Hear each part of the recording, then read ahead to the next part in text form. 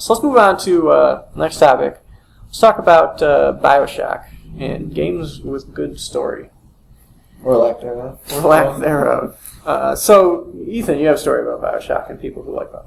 Yeah, I enjoyed Bioshock. I enjoyed the environment of Bioshock.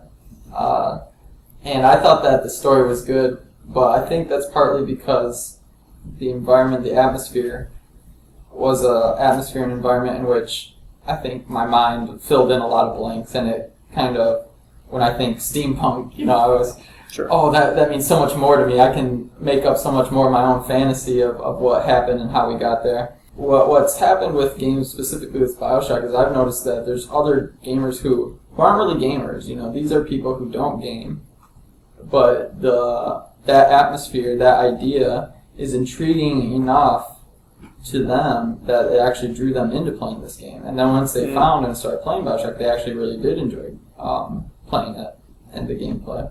With Bioshock, it was enough to spawn novels off of it. And friends of mine and people I know have actually come to really enjoy those novels as well. Bioshock, good story, maybe not. Games with good story, though. Games with good story, I find more rare nowadays, and I think that they have I think they actually have a higher chance of being better single-player games than multiplayer games. And as far as replayability is concerned, you could say a multiplayer game has the utmost replayability because you're playing it constantly, but at the same time it has the worst replayability in the fact that you'll never go play the campaign again. Okay. Halo being an example of that, how many times have you replayed Halo because you got online and played matchmaking? For me, hundreds of thousands. For the campaign, you beat it once and you aren't going to go out and play again. But as far as games like Bioshock, no, I don't think there was a multiplayer. There wasn't a second Bioshock. Okay. And a third. But that is a game that I would go and replay. There was no multiplayer in that time. No multiplayer. Yeah, but there was multiplayer in the second Bioshock. Online multiplayer? Or just No, it was online. It was awful. Nobody cared about it. Yeah. Multiplayer games, competitive games tend to lack on story. See, here's my thing. Story in games, I feel, games shouldn't even try to have a good story. And when they try, they fail. There's no game with a good story. There are games with basic story and good characters. Or, in the case of Bioshock, a basic story and a really interesting, environment to play in that you want to, explore and be interested in. Like, the atmosphere of Bioshock is amazing. But the story is simplistic and silly. Especially in Bioshock 3, Bioshock Infinite, that is to say. It was insultingly stupid. So you can't compare Bioshock with Bioshock Infinite. They're just two. It's night and day, in my opinion. Well, I found them similar. Let me lay it out. I enjoyed Bioshock Infinity a lot more than I enjoyed the first Bioshock. I really disliked the first Bioshock. And I played both of these games to completion. In the case of Infinity, including all the DLC. I know. I enjoyed Bioshock Infinity, but I enjoyed it for what I enjoy whenever I enjoy a game, which is the gameplay. I thought the gunplay in Bioshock Infinity was tight and good. And the gunplay in Bioshock, which in the end, for all your story and atmosphere, what are you doing more than anything else? You're shooting things in the face, so you better make that really good. And in Bioshock, it was not good. When you say not good, what do you mean? The guns felt flimsy. I hated the upgrade system. I hated that. By the end of I hated using the gun so much that I spec'd my character out, in terms of upgrades, to use the wrench as much as possible. I ended up doing almost nothing but using the wrench, except on bosses, where I had a lot of rockets and crossbow bolts saved up to kill them really quickly. But for the majority of the game, I was sneaking around with the wrench, just because I wanted to avoid using the revolver and the shotgun and the machine gun, because they weren't fun to use. I felt like the enemies took too much damage, and I was playing on an Xbox 360, and I felt the accuracy wasn't there. It felt finicky. I didn't like using any of the plasmid powers, because I felt the game punished you for using them, because it was so... The plasmid itself was rare enough that I felt like I was wasting it every time I used it. And I did not like it. I don't know what game you were playing. Yeah, see, I think that's actually a point to my point. I think that's a pro for my point, is the fact that I think Bioshock was widely, generally accepted as a good game. A lot of people Yeah, I really won't. enjoyed So it. not I won't say that. And I'm not gonna say that Bioshock's gun system was perfect. I will say at worst it was passable. It never bothered me to say, oh, I gotta pull this gun out and shoot this guy. It was always, hey, I'm gonna shoot this guy. It wasn't like, I gotta reload this thing. The shotgun does no damage at close range. It's 4 shells to kill this guy. It never was like that for me. It was, I don't know, the plasmids, too, felt responsive. There were certain ones I never used because they felt weak.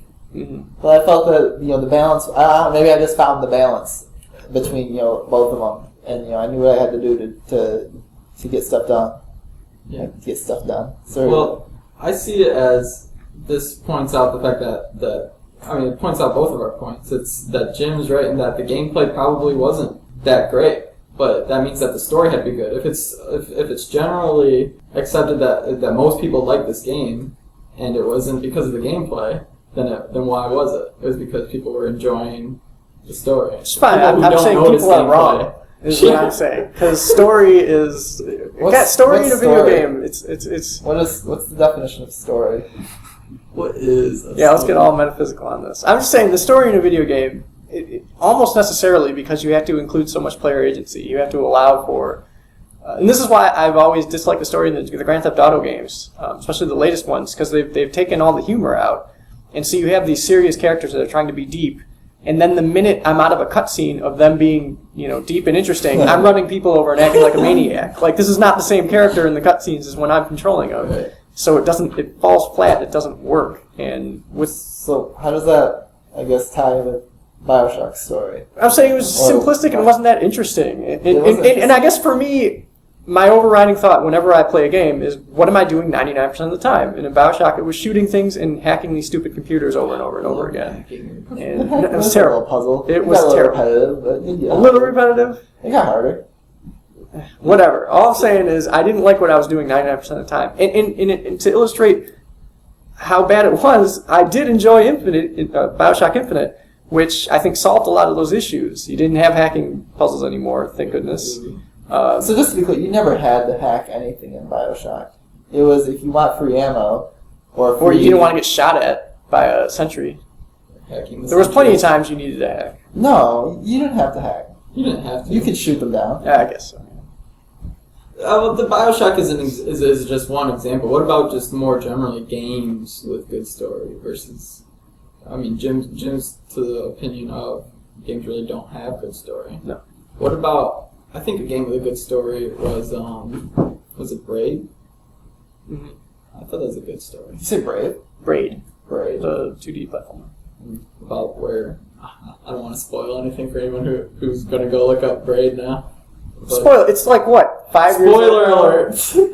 Braid has a great twist at the end of it. Braid, the whole game is about time manipulation and how you manipulate time, and there's a great twist at the end of the game.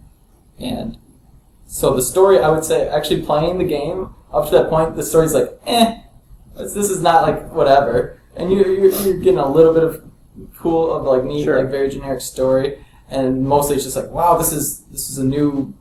It is about the gameplay, and I don't usually get to do this with time. I don't get to mess with this part of the engine that often. But then at the end, the story comes together, and I think it's enough to so much so that you're like, wow. After I played that game, I literally sat and processed. What did I just play? What did I just see? And it was, I say that's a sign of a good story in a game. I guess so. I mean, when I think of games with what people traditionally would say are story-driven games, good stories, I think of Mass Effect series. That's true. That's right. And here's my thing about that. I just think people are in the same way with Bioshock. When people say good story, they mean good atmosphere. In the same way with Mass Effect, they're misidentifying what they actually think when they think good story. Because the story in Mass Effect's really basic. It's just good versus evil, fight the aliens, blah blah blah. The good part of Mass Effect were the characters. Yeah, the characters were a lot of fun. You loved being around them, and you wanted to learn more about them. You didn't care about the save the world from whatever story. That was dumb. And in the third game, when the entire game became about saving the world for whatever, and it kind of made almost put the characters in the back seat because it was hey, these guys are all going to die anyway. Maybe spoiler alert there. But that was I think the weakest game because of that. I wasn't just involved with these characters. I had to worry about doing the save the world garbage again. I think a lot of people are saying, the choices you made ultimately didn't matter.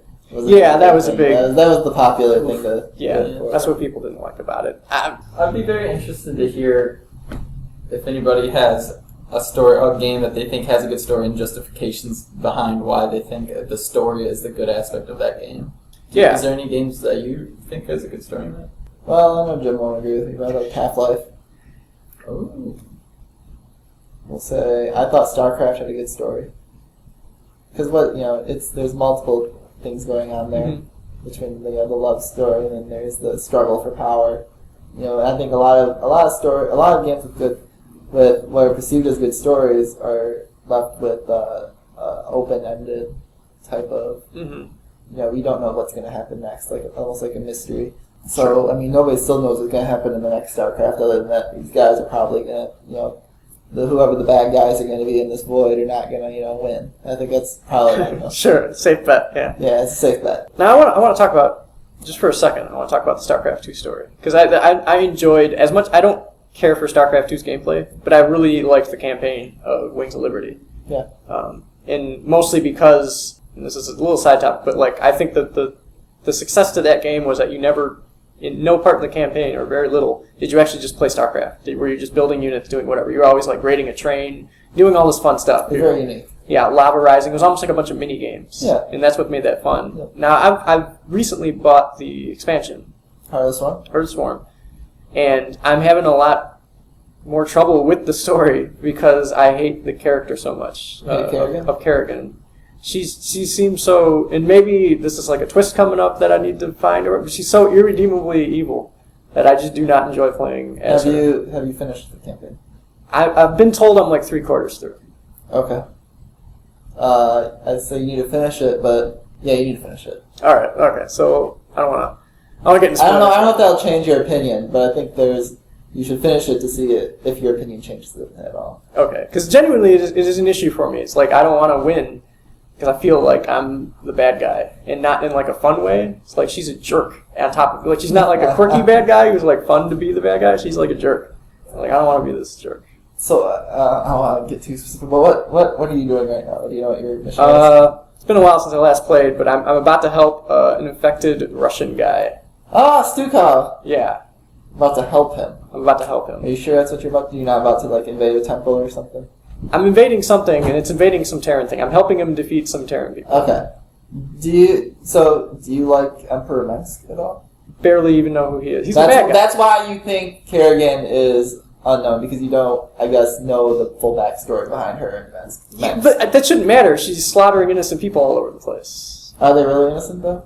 Pretty much. Are you sure? I think so. That's the impression I'm getting. And if the game hasn't given me the proper quote-unquote impression, that's the game's fault. That's bad storytelling on the game's part. I don't know about that because you're very disinterested in the story, it sounds. So I can't make you like the character. You have to hate the character. You have to, make that, attachment on your own time. I know, because the Zerg have always been the bad guy. Yes. And they should, and as far as I can tell by her actions, they continue to be the bad guy. There's nothing she's doing. Or are they just pawns, in an ulterior motive? Play the campaign. I'll play the campaign more.